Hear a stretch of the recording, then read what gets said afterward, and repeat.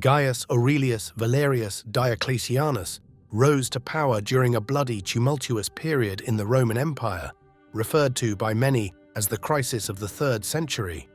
It was marked by instability, turmoil, and strife.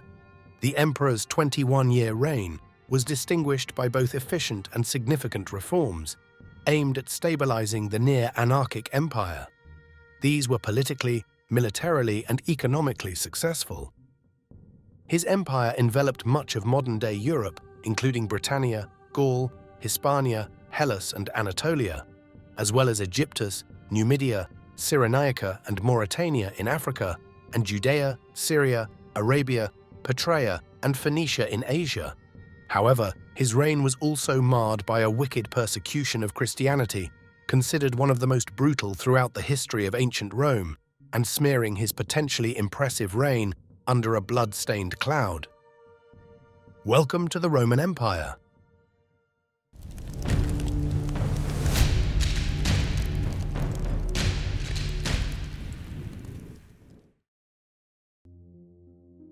Diocles.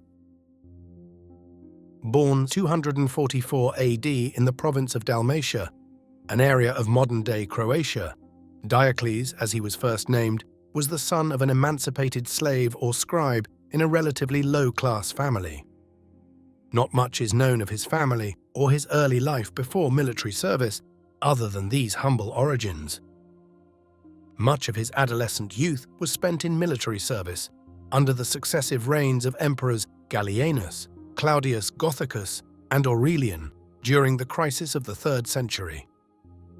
The Roman military machine recruited youths into their ranks from as young as 14 to 17 years old, for a minimum of 25 years' service in the legion. As a fresh recruit, Diocletian would have sworn a sacramentum, or legionary's oath, and thus a commitment to serve. After that, medical discharge, retirement, or death in service were the only honourable means of escape.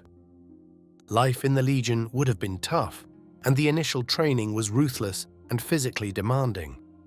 Marching lay at the core of a legion's mobility, and Flavius Vegetius Renatus, a renowned Roman author on military matters, made the claim that Roman soldiers could march with the common military step 20 miles in 5 summer hours, and with the full step, which is quicker, 24 miles in the same number of hours.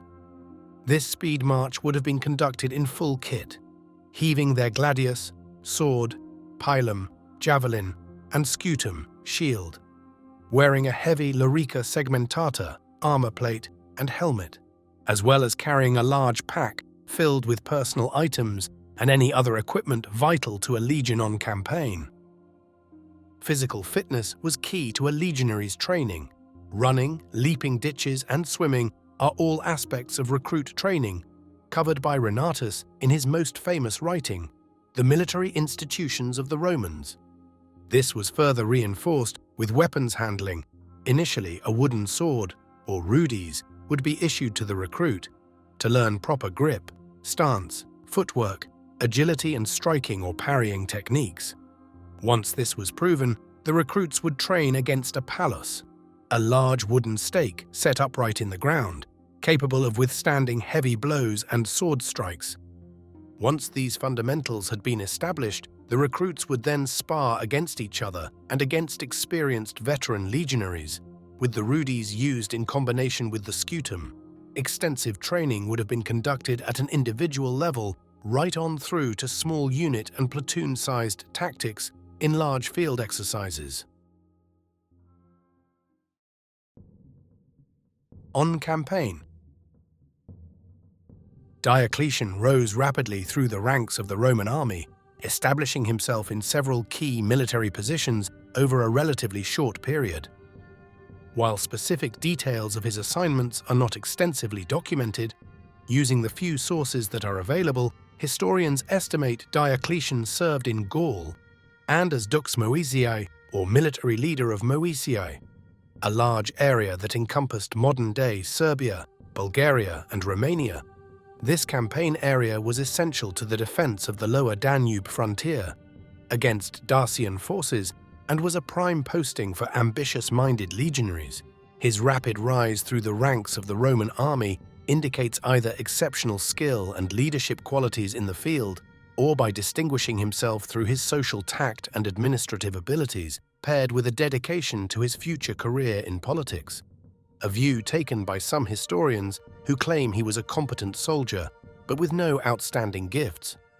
In 282 AD, Emperor Marcus Aurelius Carus promoted Diocletian to overall commander of the Protectores Domestici, domestic protectors cavalry division, an elite imperial guard of soldiers tasked with safeguarding the emperor and his immediate surroundings. These guards were highly esteemed and enjoyed significant privileges and prestige within the imperial court.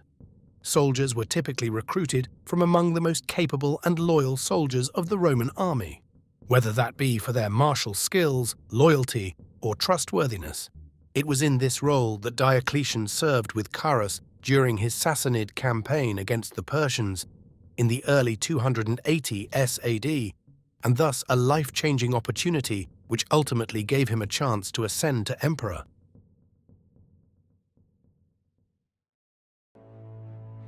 Rise to power. Whilst on campaign in Persia, the reigning Marcus Aurelius Carus died under mysterious circumstances in 283 AD.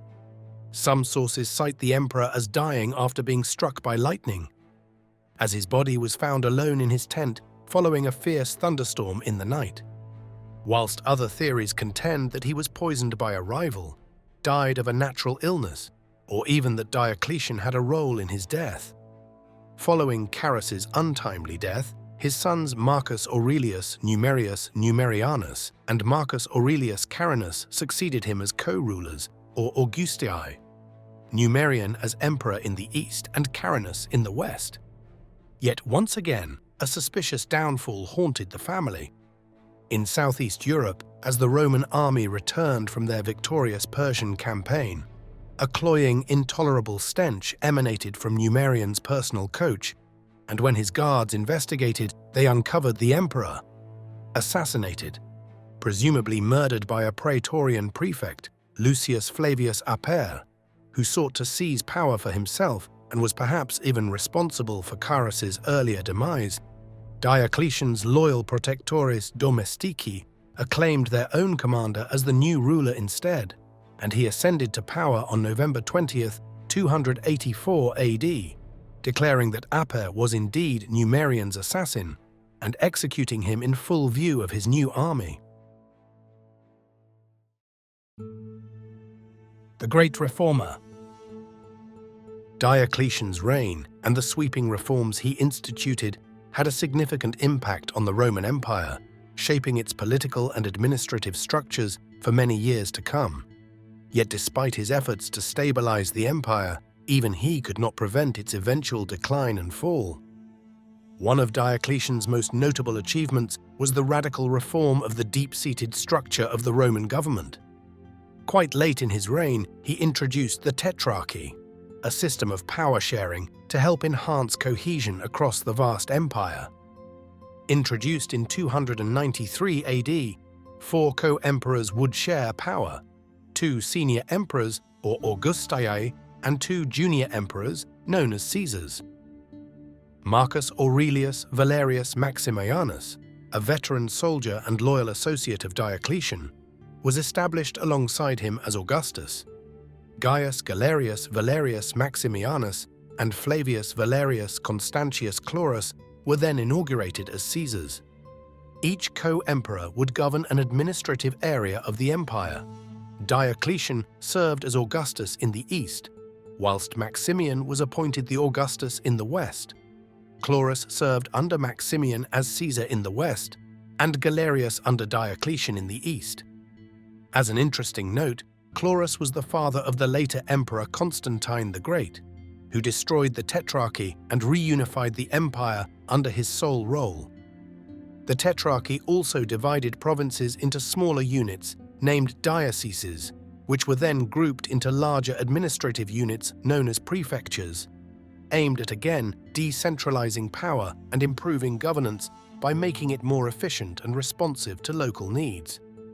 This division of power was intended to improve governance, and ensure a smoother succession process, as well as aid unity across the global empire when its immense reaches made it difficult to ensure consistency and structure. But despite its early successes and stability, petty power struggles soon emerged, and the system eventually began to unravel. Military reforms were key to Diocletian's reign. He expanded the Roman army and diversified its legions by introducing recruitment in the frontier provinces and other lesser-known regions of the empire, including even integrating barbarian tribes as foederati, allied troops. He enhanced the legion's discipline, morale, and professionalism through the implementation of regular improved equipment and training, regular pay, and the appointment of capable, experienced generals who exercised direct control over the army through a centralized command.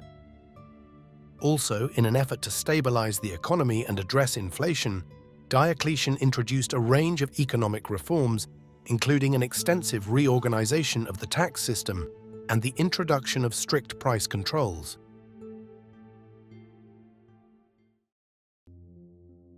Persecution of Christianity. So far, it would seem difficult to find flaws in Diocletian's reign. A soldier of humble origin who proved himself worthy of successive promotion to an elite outfit, was elected by his loyal men to ascend to emperor and hence introduced a whole scope of popular reforms. Yet a shocking oppression of religion shuns his triumph. Throughout the Roman Empire, Christianity had been persecuted in some form or another, ranging from sporadic acts of violence to systematic methods of brutal torture and execution, like damnatio ad bestias, or condemnation to the beasts, the gory spectacle of capital punishment whereby Christian victims would be thrust unarmed into the arena to face off against a host of ferocious wild animals. Rumors and misconceptions about Christian practices, such as accusations of cannibalism due to the ritual of the Eucharist, their exclusive belief in one God as opposed to the polytheistic religious practices of the Roman Empire, and their refusal to take part in sacrifices to the emperor, fueled distrust amongst the general populace. Under previous reigns of Nero and Domitian, Christianity had been the subject of widespread tyranny, including imprisonment, execution, and public displays of bloody violence. But under Diocletian, it would be amplified tenfold. In 302 AD, a fire broke out in the imperial palace in Numidia, modern-day Turkey, the eastern capital of the Roman Empire where Diocletian resided, and some officials blamed the fire on insurgent Christians, including Galerius, who was vehemently anti-Christian and likely influenced Diocletian's subsequent hostility. Diocletian and Galerius, as Augustii in the east, issued a series of edicts aimed at purging the Roman Empire of Christianity. These ordered the destruction of Christian churches, meeting places, sacred texts and scriptures, and the hasty removal of Christians from any and all positions of authority. Following edicts demanded all citizens perform sacrifices to the Roman gods, with severe penalties for those who refused. Persecution was harsh and blood-spattered. Stoning, crucifixion, and immolation were all widespread and common methods of execution employed by the state. However, there were also numerous horrific, more gruesome methods devised. Bodily dismemberment has been recorded, whereby a victim's arms and legs would be tied to a team of horses, who were then driven by whips in separate directions, and so tearing limb from limb. Or Christians could be broken on the wheel, tied a large wooden wheel, and excruciatingly having their bones splintered and crushed with a heavy iron bar or hammer. Combing was also implemented, where a device typically made of sharp metal spikes or teeth mounted on a wooden or metal handle would be scraped across the victim's naked body, flaying the skin and tearing it from the body until dead. From these macabre punishments emerged Christian martyrs, such as St. Lawrence of Rome, who was roasted alive on a gridiron above a roaring flame, purportedly quipping, "Turn me over, for I am done on this side," and St. Victor Maurus, who openly professed his faith and was, amongst other methods of torture, thrown into a stone mill's huge wheels to be ground to death.